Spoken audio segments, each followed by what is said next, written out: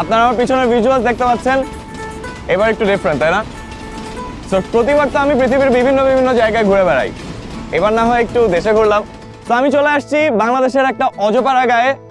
We are going to do some adventures, so join me. আজ আমি রান্না করব গ্রাম বাংলার ঐতিহ্য বৌবা ভাত, মানে খুদের ভাত, যেটা আমার খুব পছন্দের। আজকে আমি এগুলোর সমস্ত রেসিপি আপনাদের দেখাবো। এই যে আমার সামনে আছে হলুদের গুঁড়া। Good morning guys.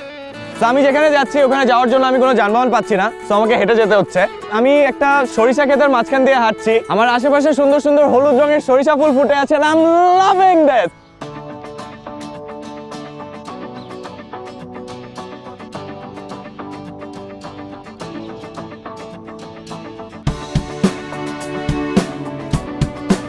চাচা নেন, চাচা ধরেন তো, ধরেন।